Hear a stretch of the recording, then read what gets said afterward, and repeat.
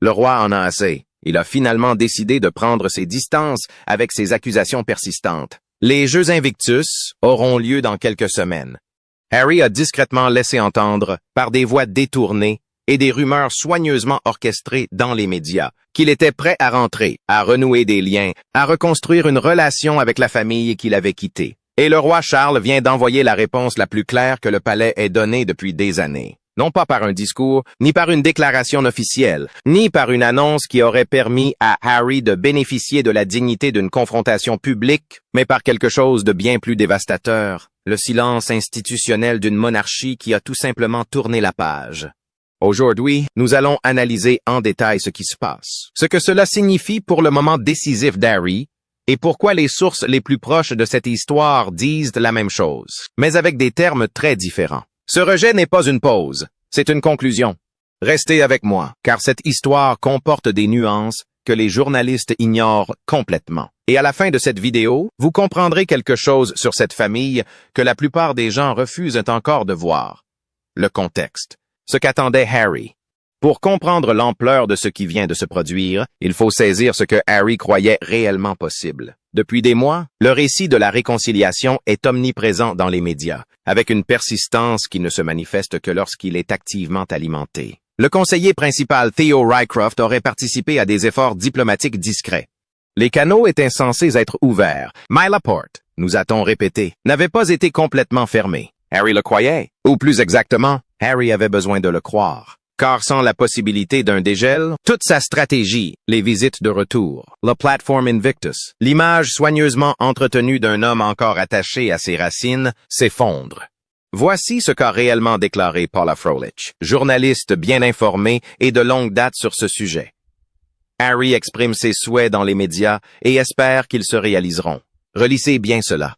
Car il ne s'agit pas de la description d'une négociation. Il ne s'agit pas de la description d'un processus diplomatique bilatéral. Il s'agit de la description d'un homme qui publie ses espoirs et les qualifie de reportage.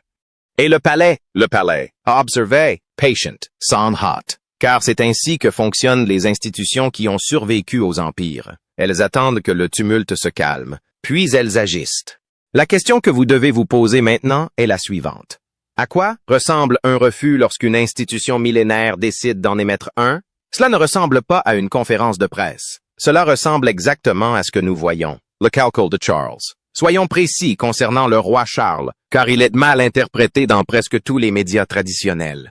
Oui, Charles souhaite voir son fils. De nombreuses sources, y compris celles qui se sont exprimées auprès de Royal News Network, ont confirmé que le roi espère sincèrement renouer des liens personnels avec Harry. Il est père.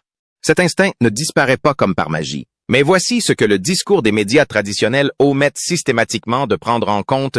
Charles est aussi un roi. Et un roi qui doit faire face à un diagnostic de cancer, une monarchie en pleine restructuration autour de William et Catherine, et une institution dont la crédibilité à long terme repose sur la perception qu'elle ne peut être manipulée ni exploitée. Ce roi est soumis à des contraintes totalement différentes de celles d'un père qui souffre simplement de l'absence de son fils. Des sources s'étant confiées à Royal News Network ont été très claires à ce sujet. Ils savent que Harry est totalement indigne de confiance et, par conséquent, ils ne peuvent pas le côtoyer. Ce terme « indigne de confiance » n'a rien à voir avec le langage émotionnel. Il s'agit d'un langage institutionnel. Voilà le langage de la gestion des risques. En clair, quels que soient les sentiments personnels de Charles, l'institution a tranché. Et dans la monarchie britannique, l'institution a toujours le dernier mot. Alors, quand Charles prend ses distances avec les articles sur la réconciliation, quand le palais refuse de confirmer les tractations diplomatiques officieuses que l'entourage de Harry a divulguées à la presse, quand une source à Buckingham Palace refuse tout simplement de commenter la présence de la famille de Harry en juillet, vous n'assistez pas à la froideur d'un père. Vous assistez à la protection d'une institution contre une personne qu'elle a officiellement qualifiée de responsable. Cela vous met-il mal à l'aise? Cela devrait.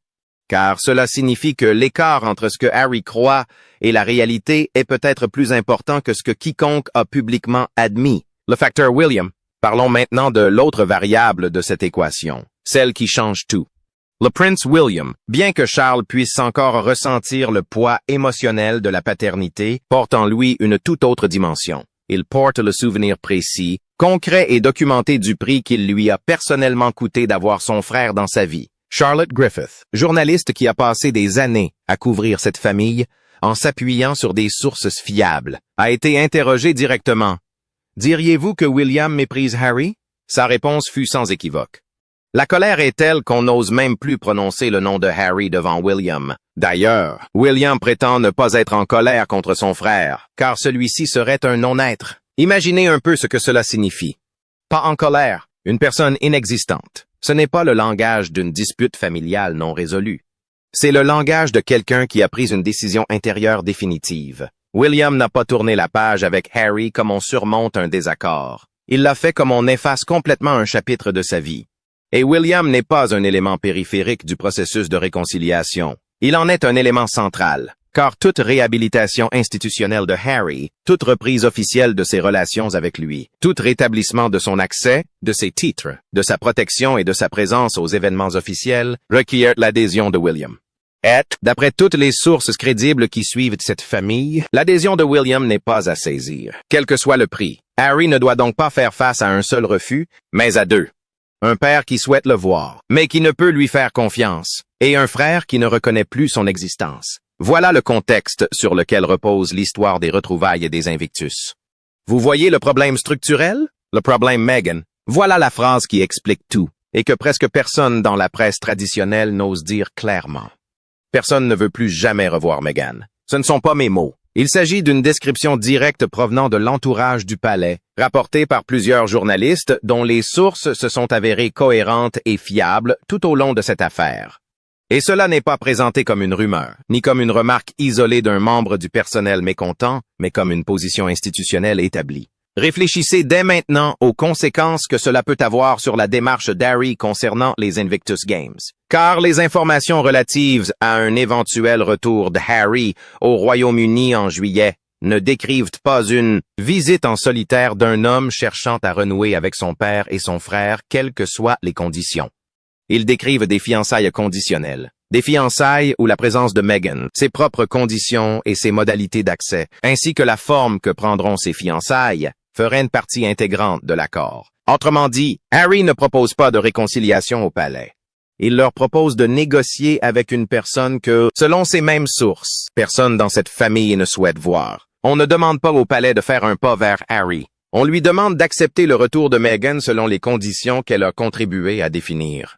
Et la réponse du palais, communiquée de façon institutionnelle et posée, qui en dit long sans un mot. Est-ce non? La source de Paula Froelich était directe. Oui, le roi souhaite voir son fils et son petit-fils.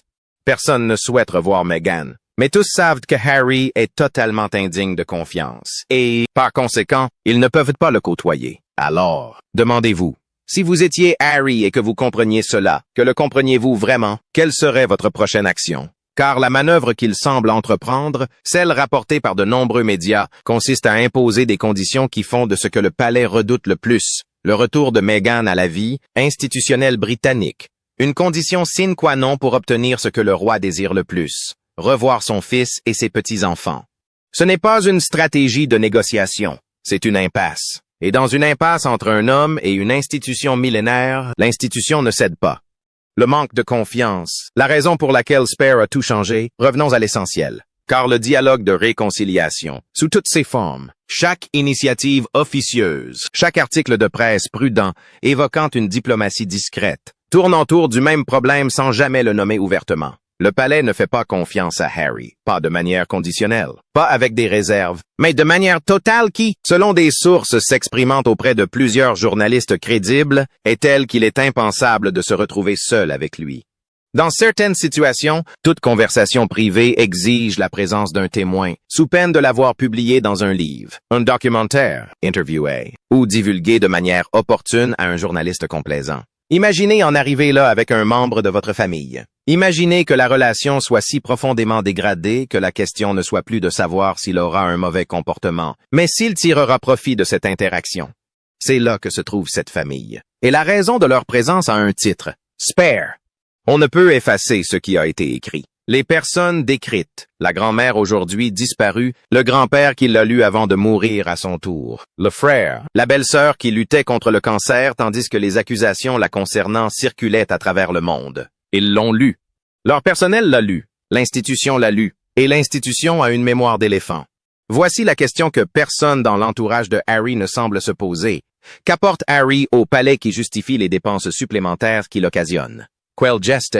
Quelle visite? Quel coup de théâtre médiatique savamment orchestré pousse le roi à dire à ses principaux conseillers: « Je sais que cet homme a divulgué des détails intimes de ma famille alors que ma femme était malade et mon père mourant, mais réintégrons-le au sein du palais. » Il n'y a pas de réponse à cette question. Et le comportement du palais ces derniers mois n'est pas ambigu. C'est la réponse. Les enfants. La partie la plus discrète de l'histoire. Parlons maintenant d'un aspect que les gros titres ont tendance à survoler, préférant se concentrer sur les drames adultes. Car c'est cette dimension de l'histoire qui touche le plus profondément. Archie et Lilibet, ce sont les enfants de Harry. Ils sont aussi, par le sang, les petits-enfants d'un roi. Leurs titres existent. Leur place dans l'ordre de succession est, en théorie, intacte. Mais la réalité de leur lien avec cette institution prend une toute autre dimension que celle que leurs actes de naissance laissent entendre. Les enfants de William, George, Charlotte et Louis grandissent au sein d'une monarchie fonctionnelle. Ils sont visibles, ils sont présents. Ils sont préparés comme l'institution a toujours préparé ses successeurs au rôle qu'ils occuperont un jour. Leurs visages apparaissent lors des cérémonies officielles. Leur présence à la cérémonie du salut aux couleurs est tout à fait normale, car elle est attendue. Ils sont chez eux. Les enfants d'Harry sont en Californie. Leurs visages sont soigneusement mis en scène dans les contenus publiés sur les réseaux sociaux. Leur accès à l'institution à laquelle ils sont censés être rattachés devient de plus en plus théorique. Aucune annonce officielle ne les a privés de quoi que ce soit. Aucune déclaration n'a été faite. Mais la lente logique institutionnelle d'une famille qui a tourné la page n'exige pas de déclaration. Elle exige seulement du temps, et le temps suit son cours. Harry semble désormais en avoir conscience, contrairement à ce qu'il avait peut-être perçu au moment des prises de décision. Qu'il en ait été conscient ou non. Le cours des choses a été déterminé par des choix, les siens et ceux de Meghan quant à la manière dont ces choix seraient présentés publiquement. Leurs enfants n'auront pas la même chance que ceux de William. Non pas parce que quelqu'un le leur a officiellement retiré, mais parce que les portes qui leur auraient permis d'y accéder étaient fermées de l'intérieur. Et les portes fermées ne se rouvrent pas simplement parce que celui qui les a fermées a changé d'avis. Ce n'est pas de la cruauté, c'est la forme que prennent les choix lorsqu'un nombre suffisant d'entre eux convergent vers la même direction. Invictus, un héritage mis à rude épreuve. Les Jeux Invictus étaient censés transcender tout cela. À bien des égards, ils le sont. Les vétérans participants sont bien réels. Leur réadaptation physique et psychologique est documentée et précieuse. La mission de ces Jeux, l'engagement envers le service militaire et le rétablissement, ne relève pas d'une simple opération marketing. C'est un travail concret qui a un impact réel sur la vie des gens. Mais les questions de gouvernance qui se posent actuellement autour de l'organisation des Jeux Invictus ne peuvent être ignorées. Départ de dirigeants, difficultés financières, et il semblerait que le parrainage d'entreprise soit plus difficile à obtenir qu'auparavant. Ces questions surgissent au moment précis où Harry a besoin qu'Invictus porte tout le poids de son image publique. Car la marque Sussex est par ailleurs mise à rude épreuve. Saint-Ibal a connu des difficultés. Africa Parks fait l'objet d'allégations qui ont suscité de vives critiques. La réputation de Travelist a décliné. Et maintenant, Invictus, fleuron de la société, est confronté à des questions auxquelles son fondateur semble incapable de répondre. Paul Froelich l'a dit sans détour. Il ne comprend pas que faire de la charité demande des efforts. Il ne comprend pas que pour obtenir des dons, il faut être lié à la famille royale. Il souhaite simplement être présent et serrer une main. Les gens examinent les finances d'Invictus et posent des questions auxquelles une poignée de main ne répond pas. Le plus cruel, c'est que les Jeux d'Invictus sont déjà programmés. Les vétérans se préparent. Les événements auront lieu. Et Harry sera présent. Et il y aura une couverture médiatique. Une partie de cette couverture sera même élogieuse. Mais l'édifice institutionnel qui entoure ces Jeux, la crédibilité des sponsors, la réputation de la gouvernance, le soutien sérieux et constant qui transforme un événement sportif en un héritage durable, cet édifice est mis à rude épreuve. Et Harry semble incapable d'y faire face. Et la comparaison que personne dans son équipe de communication ne souhaite faire, mais qui s'impose systématiquement, c'est celle avec William. Le portefeuille philanthropique de William ne soulève ni problème de gouvernance ni crise de leadership. Non pas parce que William a de la chance, parce qu'il est toujours présent, sans condition, sans équipe de tournage, sans que la cérémonie elle-même ne devienne un chapitre d'un récit personnel visant à justifier sa propre méritation. Le signal institutionnel, l'interprétation du non-dit. Voilà comment la monarchie britannique communique lorsqu'elle souhaite communiquer sans dire un mot. Cela ne veut rien dire. Lorsqu'une source de Buckingham Palace refuse de commenter la possibilité que Harry amène Meghan et les enfants au Royaume-Uni en juillet, il ne s'agit pas d'un refus de dialogue, mais d'une prise de position. Le fait que le site web du palais continue d'afficher les noms de Harry et Meghan à certains endroits, non pas par choix délibéré, mais parce que personne n'a encore pris la décision de les retirer, est également révélateur. Cela signifie, nous n'avons pas encore tranché officiellement, mais nous ne sommes pas pressés. Les médias traditionnels interprètent ce silence comme une ambiguïté, comme si le palais était toujours en pleine réflexion, comme si un simple coup de fil ou une conversation discrète pouvait changer la donne. Mais l'ambiguïté ne permet pas d'obtenir des sources cohérentes entre plusieurs journalistes crédibles qui convergent toutes vers la même conclusion. L'ambiguïté ne permet pas non plus d'atteindre le niveau de précision que l'on observe actuellement dans les reportages sur ce que la famille dit réellement de ce couple à huis clos. Il semblerait que tout ce qui se passe à huis clos à Montecito soit en train de plonger Meghan dans une spirale infernale. La famille royale ne se soucie plus de savoir si elle reverra un jour Harry. Le roi est à bout. Ce ne sont pas les paroles d'une institution qui hésite encore. Ce sont les mots d'une institution qui a pris sa décision et attend le moment opportun, le moment serein, discret et institutionnellement approprié pour officialiser cette décision. Lorsque le site web du palais sera mis à jour en toute discrétion, lorsque les informations concernant Harry disparaîtront sans bruit, lorsqu'aucune invitation ne sera envoyée pour les événements auxquels la famille de William assistera, il n'y aura aucune annonce, aucun communiqué de presse, aucune reconnaissance officielle de ce que cela signifie, et pourtant, cela signifiera tout ce que Harry ressent réellement. Soyons honnêtes quant à la dimension humaine de cette affaire, car il ne s'agit pas seulement d'une histoire institutionnelle, mais aussi d'une histoire profondément humaine. Harry est en deuil de son père. De nombreuses sources le confirment et c'est tout à fait plausible. Il regrette l'accès, le sentiment d'appartenance, l'enracinement, le fait de faire partie de quelque chose de plus grand que lui, qui existait avant lui et qui existera après lui. Lorsqu'il a revu des images de William à un match de football, détendu, pleinement présent, pleinement intégré à une vie continue et communautaire. Il n'est pas difficile d'imaginer le poids de ces images pour lui et ses enfants. Il les voit grandir en Californie, loin de l'institution qui a façonné sa propre vie.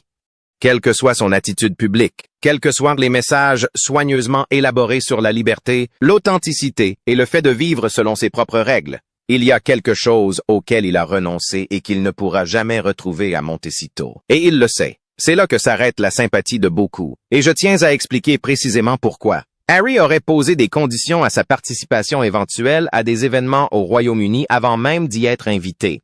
Une source l'a décrit ainsi. C'est comme dire « J'adorerais venir chez vous, mais seulement si vous faites partir tous les autres invités, si vous prévoyez des rafraîchissements spécifiques. » Et si vous acceptez que je vienne accompagné d'une personne que vous avez expressément refusé de voir. D'ailleurs, vous ne m'avez même pas encore invité. Ce n'est pas le comportement d'un homme qui a véritablement pris conscience de ce qui s'est passé. C'est le comportement d'un homme qui recherche le résultat émotionnel, les retrouvailles, la chaleur humaine, les images de la réconciliation, sans s'attaquer aux véritables causes structurelles de la rupture. Le palais le voit, William le voit, et la machinerie discrète et patiente de la couronne attend simplement, sans cruauté ni triomphe, que Harry comprenne ce que tout le monde a déjà compris, le public britannique. Pourquoi rien ne joue dans sa faveur? Le public britannique a une mémoire au moins aussi longue que celle des institutions. Nombreux sont ceux qui, au Royaume-Uni, ont regardé l'interview d'Oprah Winfrey pendant l'hospitalisation du prince Philip, la série documentaire de Netflix alors que les membres de la famille royale géraient de la maladie, la succession et l'immense charge administrative d'une monarchie en transition et qui ont lu ou entendu parler des rares articles parus à ce sujet. La question que se pose le public britannique n'est pas de savoir si une réconciliation est émotionnellement possible. La question est de savoir si cette responsabilité est méritée, si les gestes publics de transparence, les fuites d'informations confidentielles et la volonté affichée d'assister à des événements constituent une véritable prise de responsabilité ou une stratégie médiatique sophistiquée visant à reporter la responsabilité morale sur le palais. Le Royal News Network a été clair. Harry doit comprendre que ses services ne sont plus requis et qu'il ferait mieux de mûrir et de trouver un vrai travail.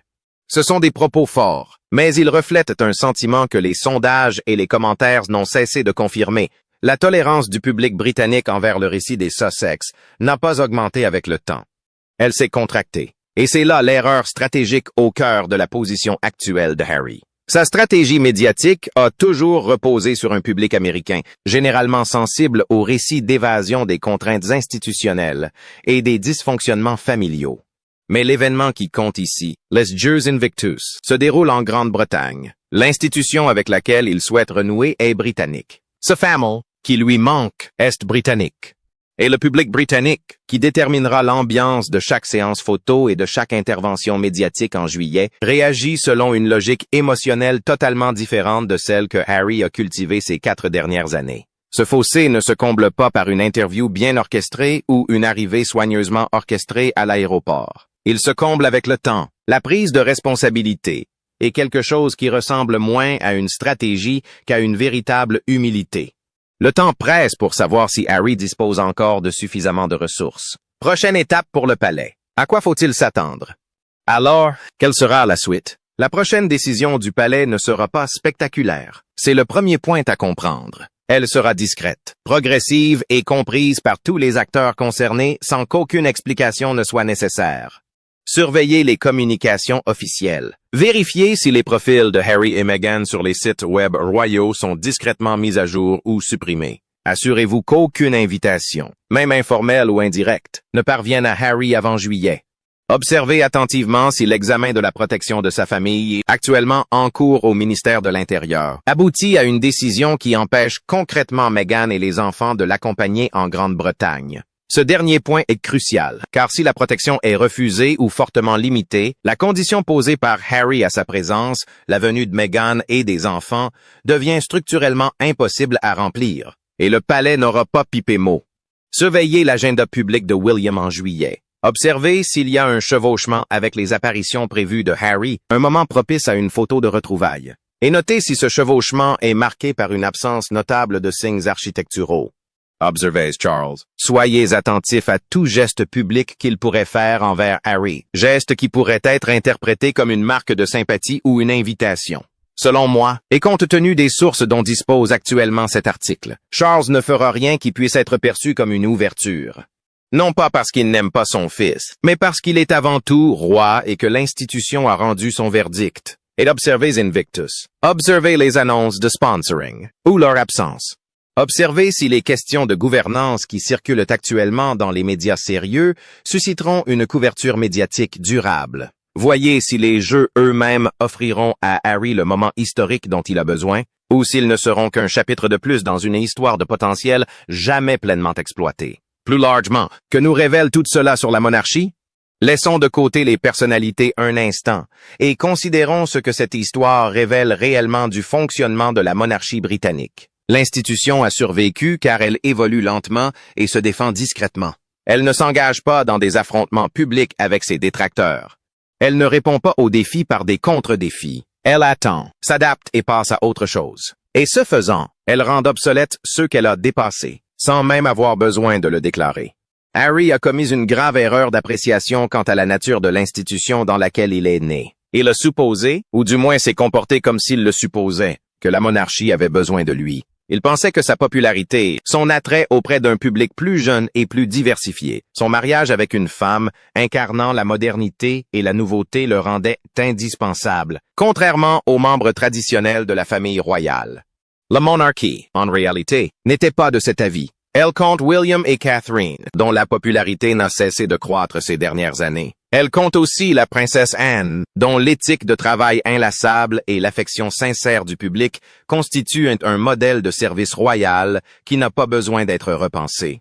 On y trouve les Edinburgh, les Zara Tindall, et la mécanique silencieuse d'une institution qui continue de fonctionner, quels que soient ceux qui s'y trouvent. Le départ de Harry a créé un vide. L'institution l'a comblé et fonctionne désormais comme si Harry allait partir de toute façon, car, à en juger par les éléments, c'était peut-être le cas. Ce que Harry ne semble pas encore avoir pleinement accepté, c'est que ce départ était définitif. qu'on ne peut pas faire sauter un pont, puis se tenir sur les décombres et négocier l'autorisation de le traverser. L'ironie d'Invictus. Voici le comble de l'ironie dans toute cette histoire.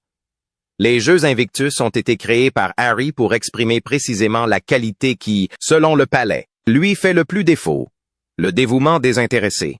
Ces jeux reposent sur le principe que l'effort compte plus que la personne qui l'accomplit, que ce sont les vétérans de ces compétitions, ceux qui surmontent blessures, traumatismes et deuil, qui sont au cœur de l'histoire, et non leurs mécènes. Or, le parcours public d'Harry depuis son départ de la famille royale est à l'opposé de tout ce que les Jeux Invictus sont censés représenter. Ce fut une expérience profondément personnelle, un récit intense, centré sur lui, sur Meghan, sur leur histoire, leurs griefs et leur vérité. Les vétérans qui se dévouent un corps et âme à ces jeux méritent un mécène dont la vie personnelle n'éclipse pas la mission de l'institution. Et dans ce moment, à quelques semaines des Invictus Games, l'essentiel n'est pas les jeux eux-mêmes. Il s'agit de savoir si Harry pourra rencontrer son père, si Meghan bénéficiera d'une protection policière, si William sera photographié aux côtés de son frère, et si les finances de l'organisation Invictus résisteront à l'examen minutieux dont elles font actuellement l'objet. Ce n'est pas le récit que méritent les vétérans. Et quelque part, peut-être, Harry le sait aussi. Le chapitre se referme. Nous voici arrivés. Harry aspirait à la liberté. Il a compris. Meghan voulait Hollywood. Elle est en train de s'y retrouver. Les enfants grandissent en Californie. L'image de Mark des Sussex traverse une période des plus difficiles. Les institutions qui auraient pu contribuer à l'image publique de Harry, Santee Ball, Africa Parks, Invictus lui-même, sont chacune soumises à un examen minutieux de plus en plus rigoureux. Et à Windsor, à Kensington, dans ces lieux où les familles travailleuses se réunissent sans cérémonie et vaquent simplement à leurs occupations, le monde avance. Non pas contre Harry, non pas dans une opposition triomphante. En avance, comme toujours, comme ça aurait toujours dû se faire. Le roi Charles n'a pas publiquement désavoué son fils. Il a fait quelque chose de plus définitif. Il a tout simplement laissé l'institution poursuivre son chemin. Sans Harry, sans drame, sans le récit de réconciliation que l'entourage de Harry a soigneusement orchestré dans la presse. Et William a tourné la page, comme seule une véritable libération émotionnelle le permet. Son frère n'est plus une blessure. Son frère, c'est un chapitre clos. Leurs noms figurent encore à certains endroits sur le site web du palais. Cela va changer. L'examen de leur dossier de protection est en cours. Cela finira bien par se régler d'une manière ou d'une autre. Les Jeux Invictus auront lieu. Et ils bénéficieront d'une certaine couverture médiatique. Et Harry retournera en Californie. Et il prendra lentement conscience que l'appel qu'il attend tant ne viendra pas. Non pas que le roi n'aime pas son fils, mais l'amour et la confiance institutionnelle sont deux choses différentes. Et la décision de l'institution est sans appel. Certaines portes, une fois fermées de l'intérieur, ne peuvent plus être ouvertes de l'extérieur. Ce n'est pas de la cruauté. C'est simplement la conséquence de choix qui s'accumulent dans la même direction. Abonnez-vous à Royal Report. Partagez cette vidéo avec quelqu'un qui lit encore la version officielle de cet article. Activez les notifications, car l'histoire d'Invictus est toujours en cours d'écriture. Pour la suite, vous voudrez avoir tous les éléments, pas seulement le titre. C'est Royal Report. On se retrouve au prochain épisode.